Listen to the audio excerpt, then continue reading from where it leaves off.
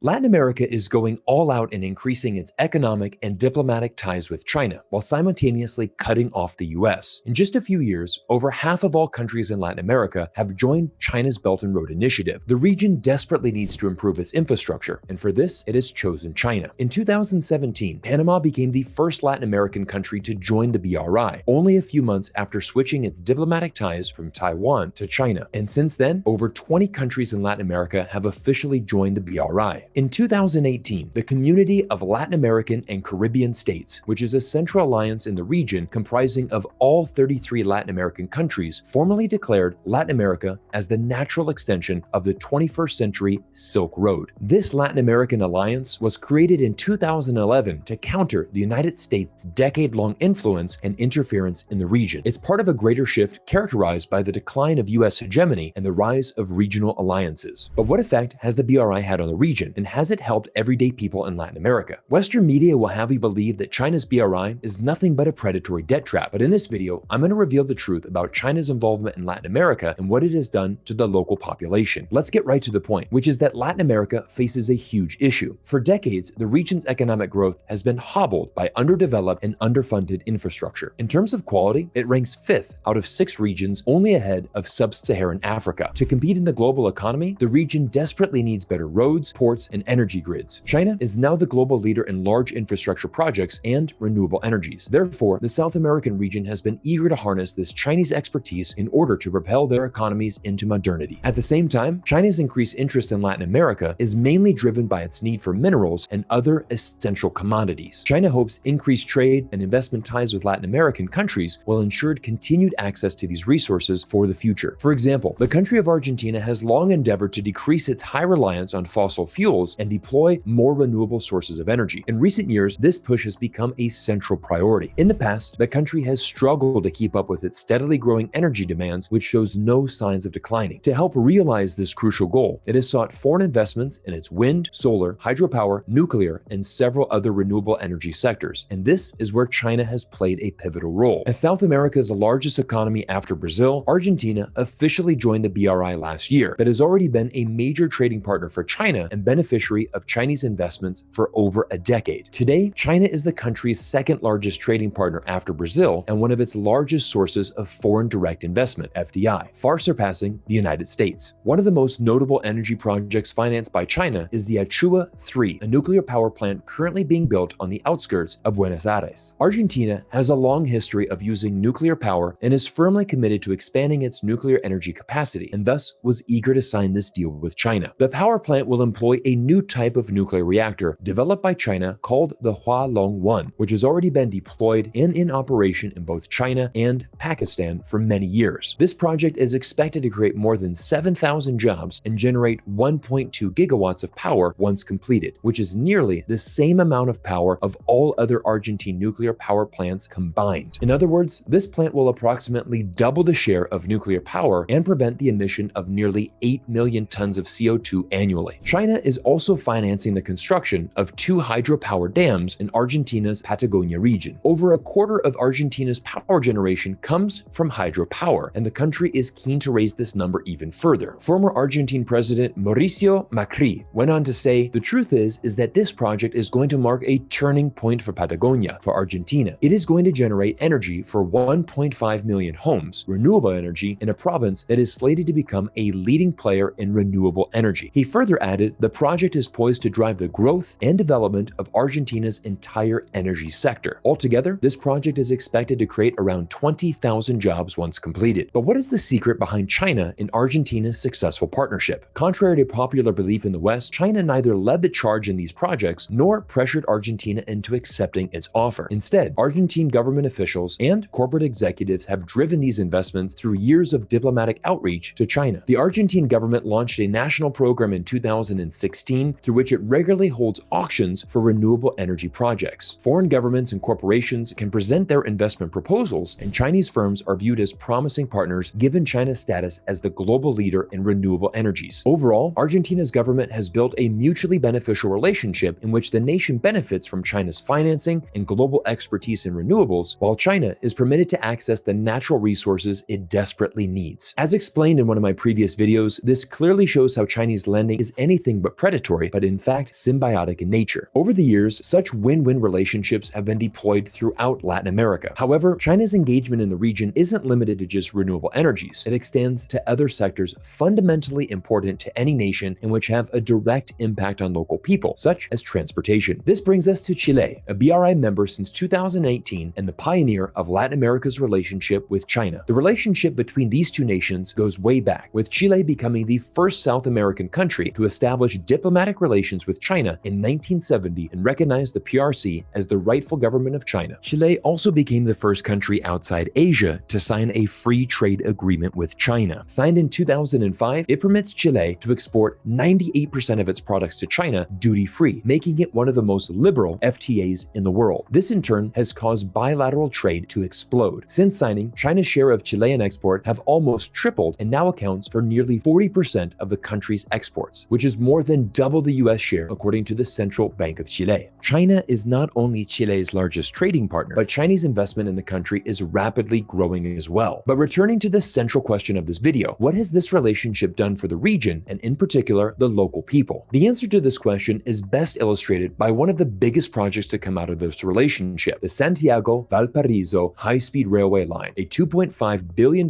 plan proposed by China's Railways Engineering Corporation. This project will connect the capital city of Santiago with the major port city of Valparaiso with a 120-kilometer high-speed line. This will give Chile access to China's world-class railway and would offer an end-to-end journey time of only 45 minutes, around half the time currently being taken by road. This will not only save people time, but provide a much-needed alternative to Chile's overburdened highways, which has not been able to keep up with nationwide car sales. But China is also addressing Chile's highway troubles directly by upgrading and maintaining some of its busiest roads, as well as building entire new ones. This includes widening existing highways, replacing rundown bridges, improving connectivity to local roads, and replacing existing cash toll plazas with computers that automatically scan cars for electric payment. In exchange, Chile has granted China the right to collect tolls on these highways. Another South American nation whose involvement in the BRI has directly benefited its population is Bolivia, which is home to a 160-kilometer highway project proposed by China Railway Group Limited. This project's main goal includes replacing old, rundown bridges that have long been a danger for locals to cross. The Chinese ambassador to Bolivia, Huang Yazhong, said that with the completion of the bridge, the local people can now cross the Parapiti River at ease, and from now on, they no longer have to walk on the unsafe and unsustainable bridges that involve high risks. Rodolfo Echeverria, the director of infrastructure for KPMG Chile, has stated that Latin America is in dire need of closing its huge infrastructure gap and that the region is therefore a green field full of opportunities for the BRI. He went on to state that most BRI projects are intended to increase regional and interregional connectivity, unlike other infrastructure projects that are not necessarily planned with this regional integration in mind. This feature undoubtedly adds value to the BRI infrastructure opportunities, which are also capable of generating potential new opportunities. Essentially, what Rodolfo is saying is that these BRI projects not only improve a region's connectivity, but that these investments also increase trade and other economic exchanges. He went on to link the potential of the BRI in Latin America is equivalent to the monumental infrastructure projects of the past, such as the Pan American Highway that extends from Alaska all the way to the southern tip of South America and forever changed the continent. However, the BRI is increasingly branching out from projects in traditional fields such as infrastructure and energy and into high-tech fields such as telecommunications, fintech, smart cities, and even healthcare. Together, these projects are collectively known as the Digital Silk Road, DSR. China has recently expanded the BRI into a multi-dimensional mega project covering multiple technology sectors and spanning the land, sea, and even space domain. According to the Inter-American Development Bank, more than 60% of the population of Latin America lacks access to quality digital infrastructure, so the region has been eager to sign DSR projects with China to help close this digital gap. For example, Huawei, the world's leader in 5G technology, is leading the charge in building the region's 5G networks and will be included in the 5G plans of Chile, Peru, Brazil, Argentina, and Colombia. In Brazil, Huawei has been the country's largest network equipment for almost a decade and has collaborated with local universities and research institutes to open joint laboratories as well as R&D and training centers. One such center in Sao Paulo trains more than 2,000 people every year. This deep cultivation of the Brazilian market has not only bolstered Huawei's bottom line, but has also brought huge huge benefits to Brazil in terms of tax revenues, employment, personnel training, and technological improvements. The company is even planning to turn the Brazilian city of Curitiba into a 5G smart city with a focus on improving people's daily lives. Huawei has also become a major player in Mexico, where it has helped the government build the largest public Wi-Fi network in Latin America and provided technical support for the country's strategy to bridge its digital divide. Huawei and China Unicom have also spearheaded projects to build massive submarine telecommunication networks across the Atlantic Ocean. These networks connect South America with Europe as well as Africa. One such project connects Brazil to Africa and now boasts the largest data transmission capacity between Africa and South America. In conclusion, almost all countries in Latin America have benefited in some way from Chinese engagement in the region, whether it's through the recent BRI projects or long-term bilateral trade with China. In addition, these partnerships have typically been mutually beneficial, with the region benefiting from China's world-class infrastructure and digital technologies, while China is permitted to access the vast mineral deposits and other essential commodities. This in turn has directly benefited local populations to a considerable degree. These projects and their associated partnerships are only expected to grow in size and scope, and analysts predict that the China-Latin American trade will exceed $700 billion by 2035. Everyone, I want to thank you for making it to this point in the video, and I hope you enjoyed this deep dive analysis into China's BRI efforts inside of Latin America. 2023 marks the 10-year anniversary of the BRI, and if you want to learn more about China's Belt and Road Initiative, click this playlist here and watch my entire series about China's BRI. Everyone, my name is Cyrus. Thank you for spending time with me here on YouTube, and I look forward to seeing you all in our next video.